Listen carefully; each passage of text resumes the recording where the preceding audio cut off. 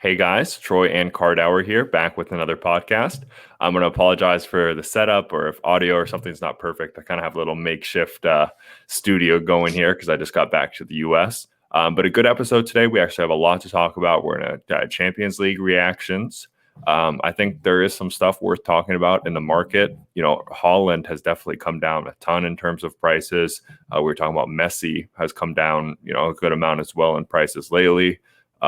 Certain cards not going for maybe what people thought they were. So we'll definitely get to that later. Once again, just maybe a little bit more of a casual one, just talking about what's been going on lately. But I think there is a lot to talk about. But first, the intro. Or a block. Sancho. Haaland's volley is beautiful. Kylian Mbappe's star is shining now. And it's risen higher than his. Like to buy? What should I buy? What should I buy? I think we're gonna see a lot more cards going up in price. Neste momento, começa o cerimonial oficial. Wow. I just realized too, the intro is cursed. Haaland out, Mbappe probably out pretty soon. It's still a nice intro. Yeah, I still like it. Well, on that note, I guess maybe, I just mentioned Mbappe. Let's get straight into it. What were your reactions from the Chelsea PSG game? Chelsea, it was Chelsea Real, and it was PSG Man City. Yeah, well, you know what? I think we'll just end the podcast there, guys. In my defense, I'll say it's jet lag. Go ahead. I was happy with the 1-1 result. If you play 1-1 against Real Madrid away from home, even though it's not their home stadium, I think that's always a good result. Who else than my boy Pulisic scored? Who else? Got to give it up for him. Yeah, it's my boy from now on. It's the savior of the free world. That was a nice goal too. You can't just say like that was a nice goal. Yeah, it was definitely a good one. Even though Werner should have scored like 10 in that game, like he scored like inside of the small box again. It's like it's becoming a regular team, but I think we missed a big opportunity to really close this out from the first game. I think we could have scored. Well, Chelsea could have scored 2 or 3 goals, but again, if Werner bags that in, that's I'm getting used to it by now. PSG Man City. I think PSG did a great job in the first half, but then completely collapsed in the second.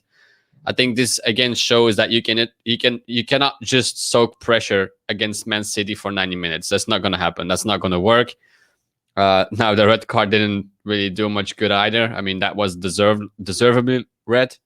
But then again, you could argue about the same, that Kevin De Bruyne maybe could have gotten a red card for basically the same foul. I'll disagree with you, Slate. Come on, that's your boy. You got to defend him. That red card tactic, that was reckless. Like that was really, really bad. Sure. But then nowadays it's something hip and trendy, is saying with these analysts just to talk about intention. Like it wasn't his intention to step on his foot. Like how do you know? Like it's so. He made the foul. Like if it wasn't like his intention, he did do it. So anyway, I'm gonna back Kevin De Bruyne. It wasn't his intention to actually hit him, so it was deservedly yellow.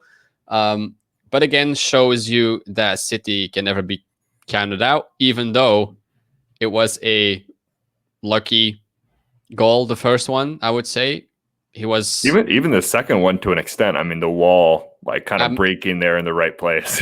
I'm not sure how these big teams train on putting a wall together, like Ronaldo, like covering his face, going down. The wall just opens. Like that's the whole point of a wall, to not break or bend or open or whatever. And for some reason, all these big clubs on very critical points in the game, and I mean, against a player like Kevin De Bruyne or Mahrez or people that can really take free kicks, it's like unbelievable. I have no idea how they train on that stuff, but I don't know. But again, 1-2 away from home City. I think this pretty much seals the deal. Yeah. Also, I have one more thing on the wall real quick. the day I see someone actually hit that person who's lying down behind the wall, I'll whatever giveaway you want me to do, we'll do it on the channel. Because that's just like, I don't know what they're practicing over there. But yeah, Man City totally turned it around in the second half. Looked like a different team. Going back to the red card real quick.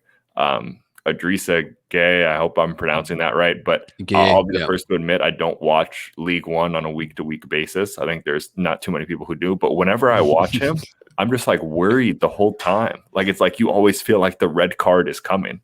And like I remember last time I was watching him in the Champions League, I'm like, this guy's going to get sent off, and then that's exactly what happened, which kind of goes into maybe the most relevant point for soccer card investors here. I think Mbappe, I'm not sure. I mean, it's hard to say that because like I was defending PSG in the last podcast. They made it to the final last time. They're going to at least be in the semifinal this time. But it's just I think, well, for sure, he's definitely more likely to win big trophies like the Champions League if he leaves. And I was not inspired by his teammates' performance in this game. Which is something you kind of mentioned, and at least you'll agree to the extent of like I saw your little story. You're like, wait, they have Neymar and Mbappe. Why didn't they win? Which is true. Like you need. When I saw those two up front, I was like, man, if this was a FIFA match, it would be game over. It doesn't matter who you have behind them, but in a real game of soccer, it really matters. And I think we saw that. Fun stat, I'm not sure if you saw it, but Ederson, the goalkeeper of Manchester City, had more touches than Mbappe in that game. Yeah, I saw that. So that shows you how a team can completely dismantle one player, because that's basically happened. Like if you're Mbappe and you have less touches than the Manchester City goalkeeper and you lose the game, then something went horribly wrong. So it just looked disjointed out there for me, especially in the second half for PSG. Like you said, they were just sitting back, completely soaking up the pressure, especially when you have like Neymar and Mbappe too, but especially Neymar up front. They're not putting any pressure on those guys, like literally walking. So they were just able to do what they wanted, and that ended up hurting them in the end. That's a mistake a lot of teams made in the past couple of Champions Leagues. I think it was 2 seasons ago. It happened like 4 or 5 times where teams came in front and then just start dropping back. That doesn't work. Like that's not going to work.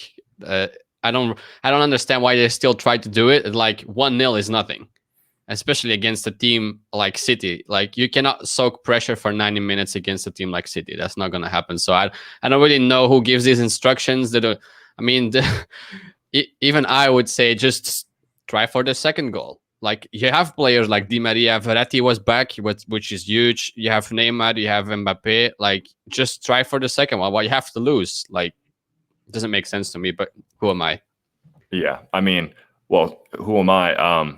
I know from my, a lot of achievements during my football manager days, taking, Vanarama National to the Champions League. So listen, I know how to build a squad and how to coach a team up. Okay. All right. Parking the bus is all good in theory against these big clubs or, in Champions League soaking up pressure, but all it takes is one. And especially if you have De Bruyne, taking free kicks like these guys, they'll find that opportunity. That's exactly what happened. The wall, that they took a free kick, a little bit of miscommunication, and then boom, you're done. Boom, like that's it. And that's only if they get one. A lot of times, like what happened, they get 2. So once again, I'll probably get a managerial role here. Pretty cool. I have to do a real quick aside. Have you seen Cal the Dragon on TikTok? No, I don't have TikTok, so I don't. Oh my God, it's so funny. I'll keep this under 30 seconds, but basically there's this goalkeeper. Not even a goal. There's this kid who goes in his garden and he throws the ball off like a bounce back thing, and he records himself doing like crazy saves. And he's I don't think it's a bit, but he thinks he's like a legit goalkeeper. Like he was saying, like he's been interviewed by like these big people, and he's like, yeah, I'm better than Dean Henderson. I think we have a lot of the same distribution, all this stuff. Right. Basically a joke, and sorry, that was a super aside, but I feel like a lot of people who are listening to this might have heard of him, but it's just turned into this big meme of this guy who said he's better than, like, he literally is in his garden, like messing around like a little kid. I'm sure like the type of thing where you're like, all right, in the Champions League final, this is what he does. And he's convinced himself he's better than and he's got to try out actually for a real professional team. So everyone stay tuned for Cal the Dragon and his future. There you go. Anyways, sorry about that aside. I think we'll go back to Chelsea. I don't have too much on that game, except for the fact that, like I said, Chelsea is in a good position. And they would not have been one of the teams I predicted to make the final, even just, a couple weeks, months ago. I'll say that. Yeah, I think it comes down to Real Madrid more than Chelsea, to be honest. I mean, who do we really have? Like Real Madrid's Benzema, and then he needs to rely on an injured Hazard, and not scoring Vinicius, off the bench coming Asensio and Isco, and then he has Rodrigo, who is just average. So you have a very good midfield, but like Kante just completely dominated Kroos, Casemiro, and Modric. So it was like, I think it's the Tuchel effect. Maybe I was always denying it, but maybe it is him. Or some players just stand up in very important games, and that's what Kante did. Again, I think this could have gone a lot better for Chelsea if he actually just finished chances like Werner did. But yeah, it's a side note, but that's why I think I keep saying, why would Haaland go to Real Madrid? Why would Mbappe go to Real Madrid? It's like, are you really looking forward to play next to Vinicius Junior and Rodrigo? Like, do you really want that to be your teammates, or you rather stay at a club like PSG or Dortmund where you have Royce, Sancho, you have Neymar, Di Maria? So I don't know. It's gonna take a lot of promises, and it's gonna take a lot of money to get these players out there, because I wouldn't want to join Real Madrid right now. Yeah, 100%. And I think people forget, like, Benzema is a really, really good player. Like, you saw it in the game. He turned something out of nothing. That was all him. He became fourth highest scoring player in the Champions League history. Exactly. So you replace him with Haaland. Debatably here, this might sound slanderous. The team might even be worse. Seriously, Benzema is really, really good. Maybe that's not crazy for you to hear, because I know you really know the game, but I think people in their minds don't understand. Like, you know what I mean? Like how good. So it would still be very tough for him out there.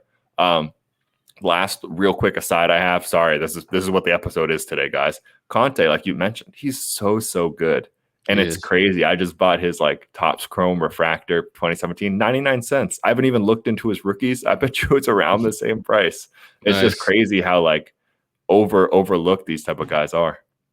I mean, central defensive midfielders, they don't get love. I mean, Casemiro is a great player as well. Like, no one cares. Busquets, great player. No one cares. So, yeah. Great buy. I would say great buy. I think I think I've just convinced myself. I'll look into what they're actually going for, because there could be something there. We'll go real quick. We have, I guess, some kind of news. Haaland, we talked about him a little bit. We have two things to talk about before we get to his market talk. I'm sure you saw the rumors of that. Raiola is saying you got to let him go this summer, or he's going to go to Bayern for next summer. What do you think of that? Bayern doesn't want him. I mean, if Bayern really wanted him, they already made some efforts, but Bayern are one of the clubs that don't want him, or they have not really shown interest, or I follow a lot of scouts and people are in the space, and none of them had any talks about him going to Bayern. It's not because his manager does these outrageous claims. Like, everyone knows his manager by now. So it's just some pressure to keep him, to really get him away from there, because I mean, Dortmund might not even play Champions League. So you don't want a guy like Haaland stay there, because his market value is going to drop. And as a manager, that's not a good thing. So yeah, of course he wants him out of there, but I don't think Bayern is really an option. Although I think he could be a very good fit there, I don't think that's really an option. So do you think the reports are false, or Raiola is just out there bluffing? I think it's Raiola. I don't think the reports are false. Maybe that as well, but I think the chances are higher that he's bluffing than the reports are false.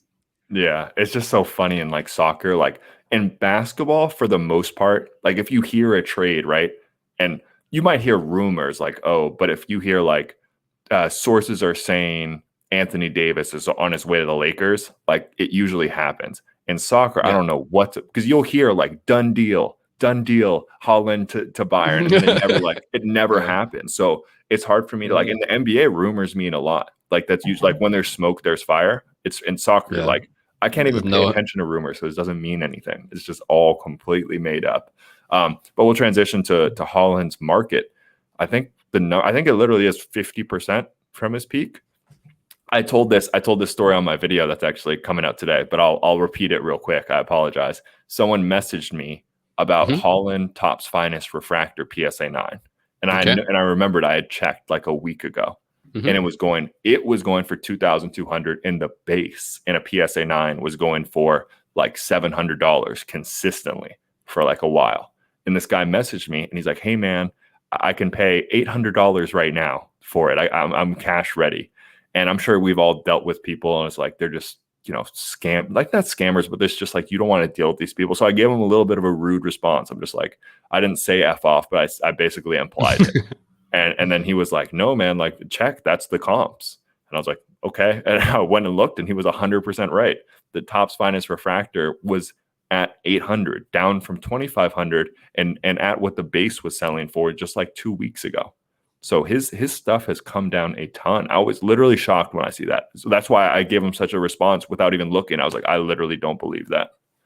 Yeah, I looked some of his cards up. A 2019 Topps Chrome Bundesliga base PSA 10 was getting sold on the 12th of April for 4,100. Came down to 2,800. A 2019 Topps Chrome Bundesliga PSA 9 was getting sold for 1,500 on the 25th of March. Is now going for 700. His football sticker PSA 9 was getting sold for 2,500 on the 6th of April. Is now going for 1,200. So, yeah, 50% would be accurate. His 2019 Topps Finest Champions League cards in his Salzburg kit did see a little dip, but it's like stagnating, so it goes up and down, but it's really stable, I would say. But yeah, I'm not sure what this means because he's still scoring. Is it maybe because people and countries are opening up? Because that's definitely the case in Belgium. I've talked about this in some of my videos, I think. I'm not even sure anymore.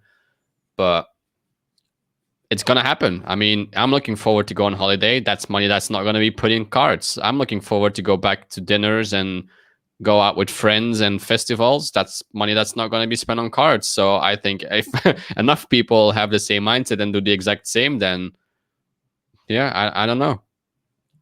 Well, speaking of festivals, I'm down to go to a European festival. So just let me know where you're headed, and I'll be there. There we go. But in regards to the market, how do I phrase? I have a lot of things. So the first thing I think my takeaway is just like I've learned to take profits more than ever, especially with how the market is right now. Because like I guess I had this mentality, especially with even like I think I've always known with the younger, like I would never be afraid to sell Vinicius. Like when I think most people feel that way. The thing is to flip the unproven guys, but traditionally the idea would be Messi. And even Mbappe, Haaland, not to sell them because they're stars. You know what I mean? It's kind of the same thing as like, don't sell Luka. Those are the type of guys you hold. But I just see more and more. It's like, just take your profits, man. Like there'll be another opportunity. And you just saw that with Haaland. Like you talk yourself into like, it's Haaland. How could you sell him? He's the future. Even if you honestly do believe that, you just basically got burned. I mean, like I said, that Topps Finest has come down a ton. I bought pretty early, and with the way it's going, I may end up being in the red on a couple things, which is crazy. So yeah, that's interesting. And also the other thing is I actually agree with you. I think there's something going on in the card market right now, unfortunately. And like I said, there's so many people, especially in the basketball world. 19 minutes in, it's okay that I mentioned it. It's okay. People are like, "Oh, it's just garbage, bro. It's just that it's fine, man. The high end market is fine." I'm like, it's not just that, man. It's not like just garbage that's going down. Like, there's really something happening to. Like, I really do not think Luka Doncic cards should be going down right now. I guess that's the one that really got it for me. Like, they're this number 6 seed. He's putting up crazy, got highlights, game winners. The last one I'll mention, then we'll move off basketball, is like, Garland, RJ Barrett, these guys who they cratered, and then they started playing really well, and they went down even more. And I've always said, like, that's the only time I'll get concerned or feel a little bad, is if, like, even when someone performs, their cards go down. That's the thing that kind of really worries me with what's happening. I think there's something to be said. So, and I've always said, like, the people who listen to this podcast, shout out to you guys. You're like the real OGs. So I'm always like unfiltered on here. I've sold like 10,000 worth of soccer cards in the past week. And I don't say that to flex. And I'm also not panic selling, but it's just like, I'm happy with the profit I've made, and like with everything, I'm just a little uncertain on where we're headed. Yeah, as I said that to someone, I think it was Michael. I was having a talk with him, and it's basically 95% of all the cards out there you will find again, and you will be able to rebuy. Yeah. It's just the 5% that it's like low numbered and 250,000 that are mostly not obtainable. Like, I'm even debating, it's the other side, to sell my Mbappe PSA 10 Obsidian out of 165, because I mean the margin is just too good to not sell it. Am I ever going to see that again? I don't know, but I have no issue with selling something like that. I would rather hold on to my vintage stuff and stuff like that than my Mbappe. And again, it shows that it's not enough to be in a team like PSG to win Champions Leagues. Like, that's the first thing. Like, can they still win it? Of course. Like, they only won 2 down, so it's still possible. But we have had a very, very good market for almost, 2 years now? All right, like 1 to 2 years. Like, how much longer can this go? Can this go on? Like, I just worry a bit that if enough people think like me and are in countries that are have been pretty strict, because I mean, in some states, nothing really changed. You should go out and you can go to bars and restaurants. But in countries like Belgium, in countries that really matter, because we all know how many people from the States are in the market. It's people from Europe and people from the UK that have to join to drive these prices up even more. And I think if those people, and exactly those people, are kind of pulling out, then I think a crash may happen. Like, a crash, I don't know what that means, and I don't want to cause panic. And it's not coming. It's like not ending. There's too much soccer going on, and people have more disposable income than ever, I would say. Even though a lot of people have struggles, like, I don't know. I hope it's not a doom scenario, because I would hate that. But people should be thoughtful about selling some of the pieces they have, because I don't think the market. No, I'm not going to say it because that's stupid. Because I mean, the market is still very good, and if you can take profit and you have enough margin, and I think a lot of people will have, then just sell. Why not? Just sell, see what the market does, reinvest, and move from there. But I don't know. I think those were really good points. The first one I want to reiterate is, you can always buy them back. Like, you think you can't. Even worst case, I was thinking, like, okay, I sold my Mbappe Red Blue Wave Prism PSA 10 for like $2,800. I was like, I just personally don't see that going that much higher. But I was like, what's my absolute worst case scenario? It goes up to, let's just call it 3,300. I could buy it there and I'll be okay. Like, that's not like I've missed out on, a little $500 profit there, or whatever, you know what I mean? Like, I'll be okay. But even more likely is that it'll be where it's at right now, or even lower, and I can just rebuy it. So if it's that stuff you can't get again, then sure, hold. But like, someone else said it was like, people don't understand. You can buy back the same exact card. Like, we think we can't, but you literally can. The other thing is, I don't think it's just Europe. Like, the US, people are going out. It was pretty locked down here, man, especially when it comes to vacations and stuff. Like, people weren't going on vacations. Maybe they were still, outdoor bars and that kind of things, but like, people weren't spending on that kind of stuff. I know that for sure. And I don't think it's as simple as like, oh, people are, it's going to crash because people are going on vacation now. But I think it definitely has an impact. But I think honestly, for me, the bigger impact is I think a lot of the as they say, the dumb money and the flipper boys have left the market.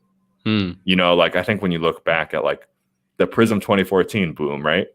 Who do you like? I feel like a lot of that is like flippers and people who know absolutely nothing about soccer. And you can take advantage of that as well if you do know soccer. I think those people are not as much in the market anymore. And I think that's why you're seeing particularly the low end stuff get hit really hard in soccer and basketball. So I don't know. I'm not panicking, but I think that it's kind of a good thing as well. Like I wouldn't mind because there's positives and negatives. If you'll allow me to be strictly financial for a second, you can get. I think box prices are going to go down. That's cool just for collectors. I think that I've already seen it, especially with raw cards with PSA being down. The days of like, I remember I would bid on cards and it's like, man, I cannot get a card under comps to save my life. Like even within lots and stuff and Facebook and all these things, there's going to be a lot more opportunity there. Cause they're, like I said, like I knew when I was bidding, I was like, these are just the flipper boys. I know it's not people who actually want this. Yeah. But I think the days of, like I said, you buy a Prism 2014 and it went up like literally like 6x. I don't think you're going to see that as much anymore. But I'm also, just to be 100% clear, I talked about selling a lot of my stuff. Like I don't feel a sense of panic. I really don't, but it's cliche advice, but you just have to be a little smarter and just be disciplined in what you're doing and take profits and, have a little bit, maybe more in vintage. Oh, there we go. Nice ending. Well, we talked about it before. Hey man, I'll give him a shout out. Maybe we can get him on the podcast at some point, but I was, listening to the soccer study guy and he was talking about it. I think it was him. No, actually it wasn't him. I apologize. He has great stuff though. Check him out. I was listening to Baseball Collector Investor Dealer. In that order. Yeah. In Have that you seen order. That guy? He's a stone's throw away from you. I think he's in the Netherlands. You guys should hang out. Is he? That's where he lives. Okay. Two peas in a pod. Actually, speaking of that as well, have you ever played GeoGuessr? No. It's a really fun game. It's like Google Earth, and it drops you in a place, and you have to guess where you are. And I always get confused between Belgium and Netherlands. And I'm like, man, Card Hour needs to help me out with this, and I'll be able to identify it better. Because like the people who are in Europe, people in Europe really know like, oh, the red barn, that means you're in, the north. Anyways, check it out. It's a fun game. Back to Baseball Card Collector Investor Dealer. He was saying that he really thinks that 90s, exact thing I was saying, that there's Messi, Ronaldo, Pele, Maradona, but then the people right below them are severely undervalued. And that's how I feel as well. So I think, I don't know. I guess going back to it all is just like the same advice I always give. Could I sleep at night? I've taken some profits. I'm buying, once again, like this stuff, like Neuer stickers at $20. I got my Chavis and Iniestas at, maybe $75 average. If those really crash down to $10, like I really could sleep at night.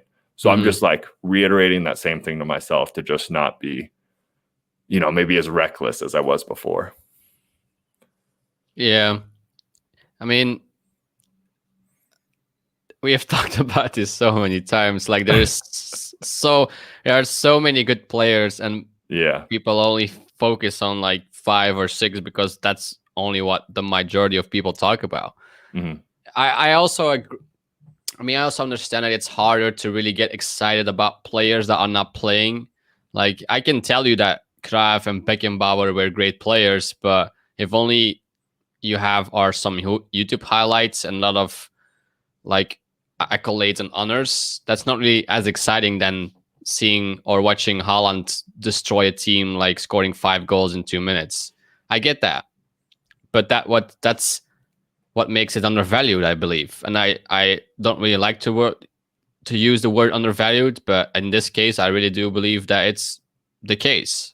Like no one's talking about Oliver Kahn. No one. He's the only goalkeeper in history to finish in the top 3 in the Ballon d'Or.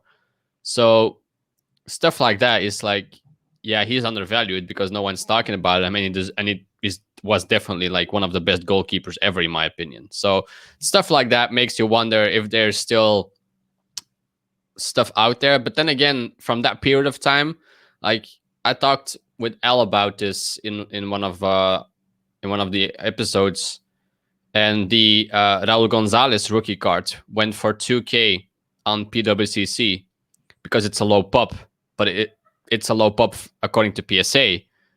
But believe me when I say there are a lot of these cards out there that never got graded because no one really cared. There was no incentive in grading that. That was maybe a $5 card for the longest of time. Even when the market started exploding in March, even when the Prism boom happened, that was still a $10 card. So it wasn't until someone put it on, and was it chilled? I don't know. But someone paid 2K for that. And I think the PWCC auction after that, it dropped to like 1.2 because the population went up by a ton. Yeah. That's what happens if you have a low pop. People start looking into it. They find 10 boxes of that same card or on their shelves that they were storing there for like the last 15 years. They submit it and prices drop because population goes up. So I think there's a lot of that happening. But a lot of these players deserve a lot more attention. That's for sure. Even players that are playing like Modric, Kroos, no one cares, but they are, I mean, one of the best players of their generation. Yeah. Well, be careful with those Rauls and spilling the beans, because I have 20 right now at PSA. Yeah. So, I mean, so I'm hoping those, but yeah, don't get me wrong. I love the guy. That's one of my favorite players ever. So, but yeah, I mean, PSA, the good thing is that these things don't hit the market all at once. I mean, you have some time between people. Like I got my cards back as well, believe it or not. I saw that. That's great. But that's just something I always said. Like people are always worried that because they have a 10 million backlog, that all of these 10 million cards are going to hit the market at once. That's not going to happen. Like as long as the market stays, maybe that's not the right time to say it, but as long as the market stays the same right now, then once it hits the market, then it gets bought up. So let's hope it continues. Yeah, I mean, you said you're a big fan of Raul, so what I'm actually going to do for you special, because we're on the podcast, at that 1.2 valuation, I'll let you lock that in. I'll set it aside. We'll just agree to that right now. I'll make sure you get one, because that thing's going up. So we'll just lock that in. We'll have one that one's already sold to you when it comes back from PSA. But all jokes aside, in regards to the market, it'll be really interesting to see what happens over the next 2 months with the Euros and the NBA playoffs. I think it's going to be things are going to be a lot clearer after that. And as I've said, people keep saying they know what's going to happen. I don't think anyone knows, and it's not going to go how we think, maybe for good or for bad as well. Like I've said for a long time, like, okay, I split up the basketball references a little bit, but like it's just hard because the soccer market is so like kind of weird. Like who even would be the low end prospects that you'd be buying low on in soccer right now? It doesn't really exist. I'm not buying Kubo, but like in basketball, these guys who aren't supposed to be on playoff teams, so absurdly cheap. And no one is buying, because traditionally people are like, oh, the off season, they're going to be even cheaper. I really, some of these guys, I'm not sure they go lower, but also like people are like, oh, this is easy money. You know, Giannis is gonna pop in the playoffs. I'm not sure his prices do that. Same thing with people saying, oh, Mbappe has to be going up in the Euros. He might. But like I said, I'm not sure it's like the easy, like it's just going to be the easy prediction that everyone thinks. Same thing with Haaland. I'm sure there's people who are, okay, maybe that's a better comparison. I'm sure there's people with Haaland right now who are saying, oh, I'm going to wait even longer and until the offseason. He's going to go down more. Maybe he will, maybe he won't as well. But I consider buying more of his stuff because I'm like, wow, it went down cheap. You know, the stickers, the pop, we could there's a whole other podcast going into what Haaland to buy, but just something to consider. But all right, guys, I think we'll leave it there. That was a good podcast. As always, if you have any questions, you might have left questions in the last one as well. We just, like I said, I apologize if I was a little all over the place because I just flew in from the US. So once again, a little bit more of a casual podcast, but I hope you guys enjoyed. So yeah, peace, and we'll see you next time.